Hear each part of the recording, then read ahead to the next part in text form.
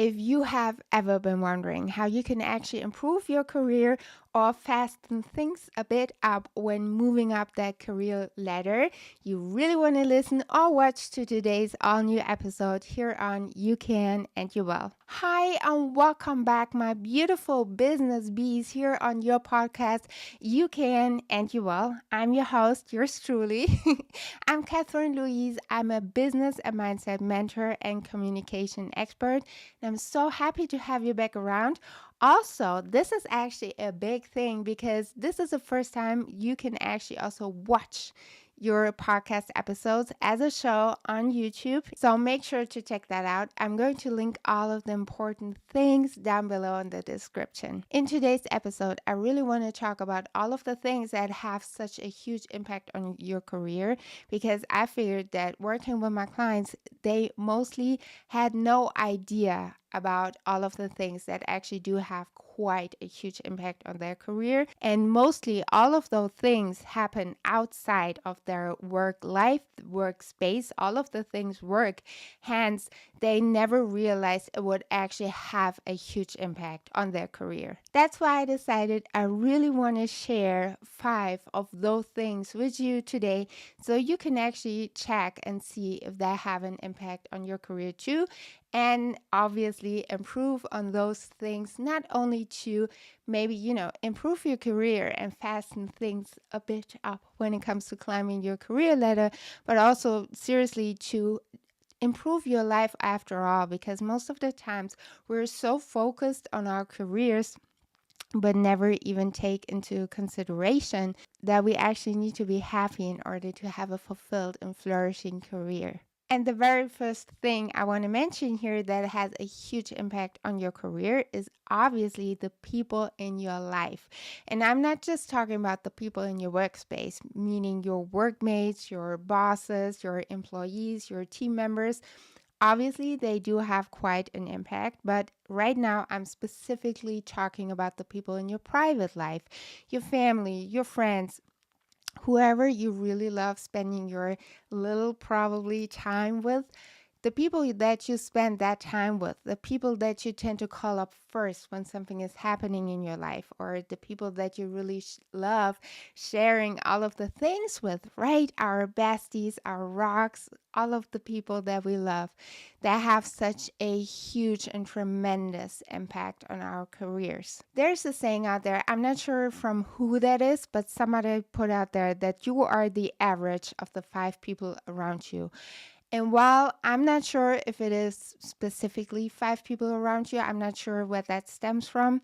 I absolutely agree that the people around you, and I think I even made a podcast episode on that, or I planned it already. I'm not sure. People around you have a huge influence on you. And I'm not just quote unquote talking about how you feel and how they pick you up when you're down or how they cheer you on, but definitely also when it comes to your belief system. Because listen to this.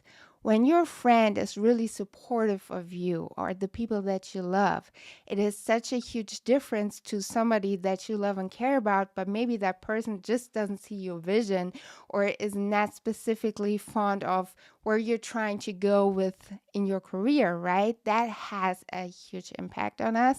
And then also, there is a time when people not necessarily see where you're trying to go to, not really seeing where you're aiming at in your career. It gets difficult to share with them, but that again also does something to you.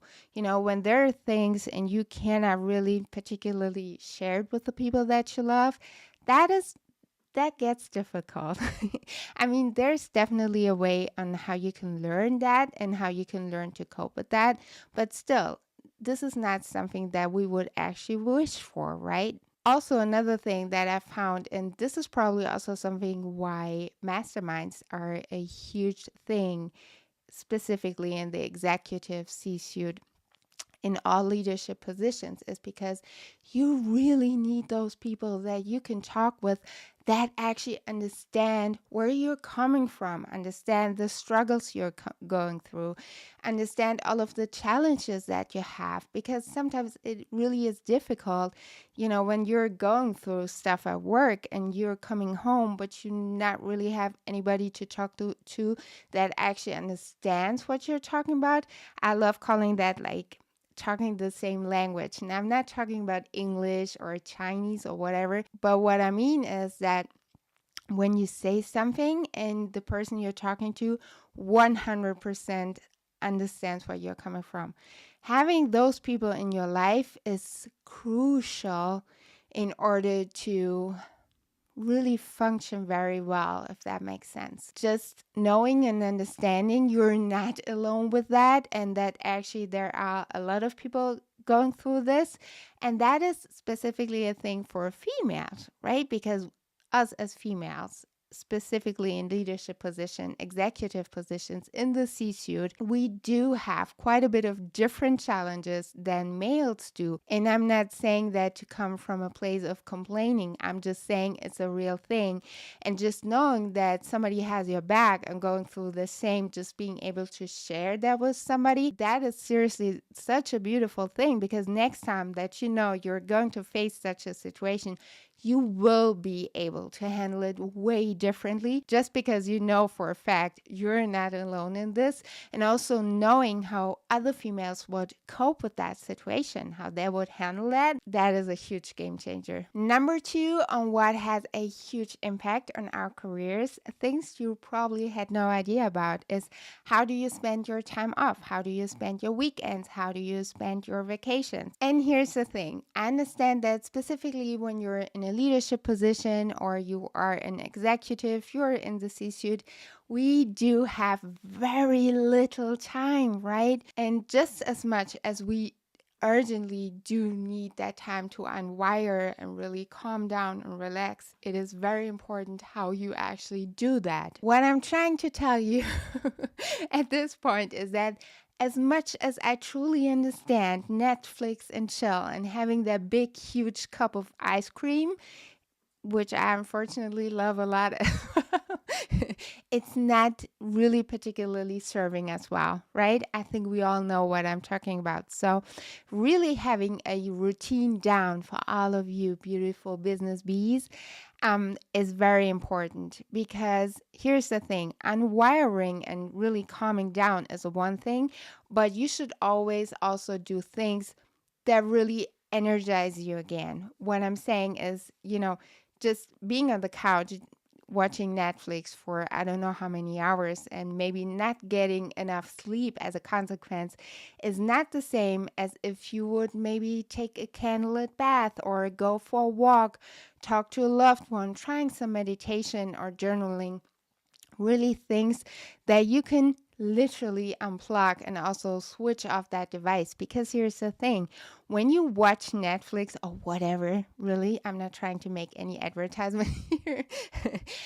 When you just watch any show to sort of, I don't know, calm your brain, your thoughts, and really distract yourself, you also pick up whatever the show is about. Meaning, I figured, and this is somewhat almost embarrassing, but that was a time in my life that the only way I would be able to really calm and almost ignore my own thoughts and whatever was going on in my mind, I was watching a particular show, and never in my life, for normal circumstances, I would have watched it, but it was that intense that it was a reality show, by the way. It was that intense that I couldn't even have any other chance than paying attention to that.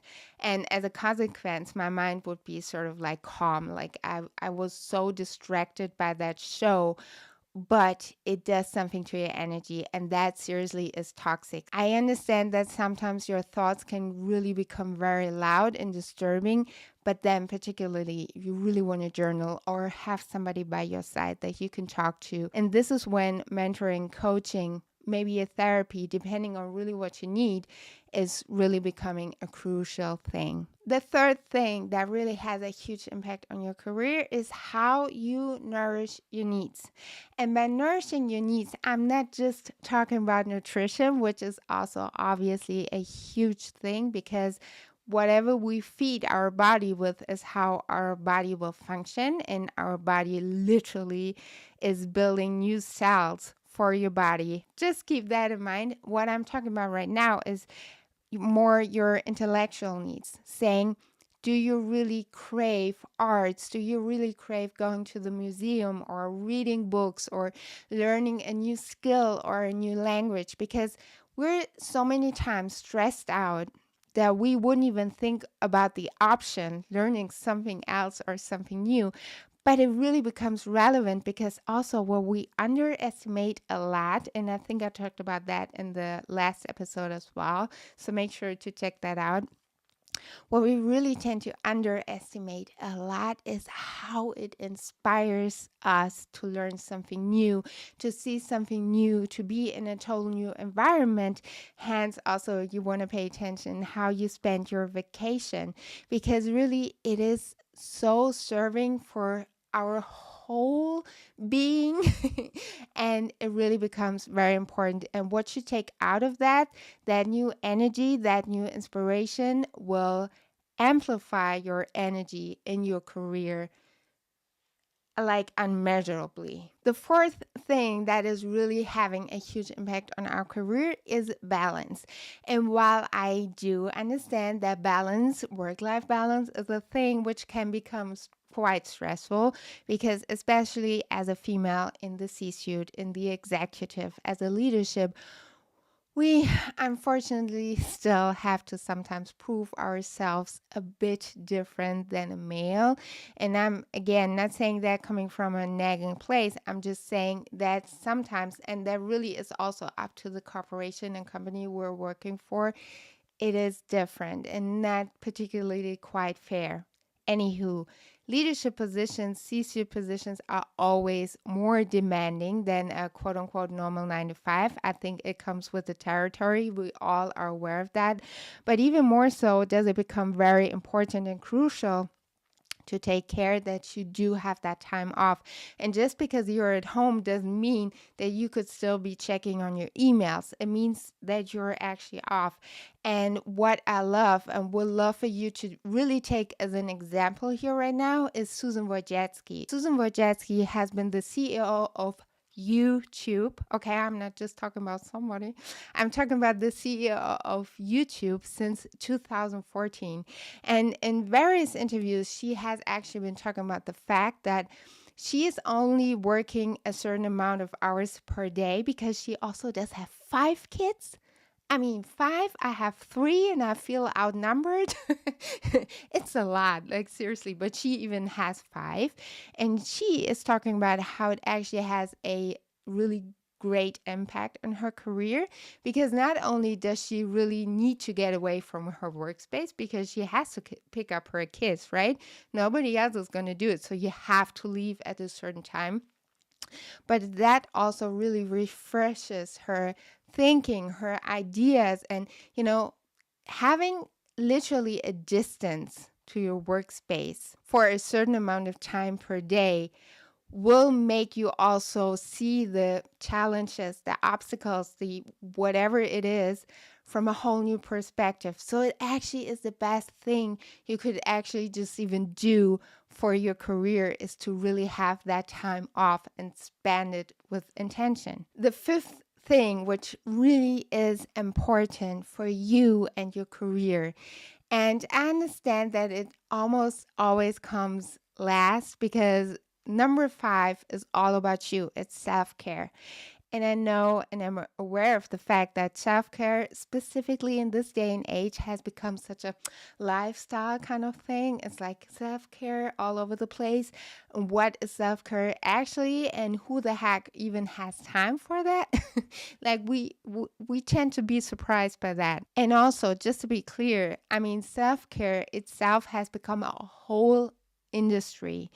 But what does self-care mean for you? what do you need? And while I did mention nutrition before, and it is really important for your body, and understand that whatever could distract us, specifically when it needs more time that we actually think we would have. When we hear people talk about you should really move your body every day, and we're like, wow, I'm going to move my body to the car because I need to get to work, right? But what we truly underestimate at this point is that you need your body and your brain and your health in order to function and perform at your very best. If you're just working and grinding and not even getting enough sleep and not even eating well, your body at some point, and those chances are seriously extremely high, not only going to be completely stressed out, and the chances that you're going to get sick are extremely high when you do that for a long period of time, but also you're not going to be happy and you're not going to feel well at all. So while it is sometimes really stressful to just think about doing certain changes in our lives, what I can just highly recommend is make it easy. If you think it is difficult to eat well, try to get those foods ready and prepared. And as I said, I have 3 kids. I know that chopping up a salad, I'm not having time every single day to chop up a salad, right? I'm just being honest right now. So what I love to do, I buy my salad already chopped up. I know you can also purchase salad ready to go, but I'm not really liking this. So I'm just getting my salad chopped up, get those little small tomatoes, which I love so much. And, whatever else I want to have, I'm just getting that all ready and set up. So I just literally have to throw it in a bowl and enjoy it. And that would never take more time than getting something unhealthy.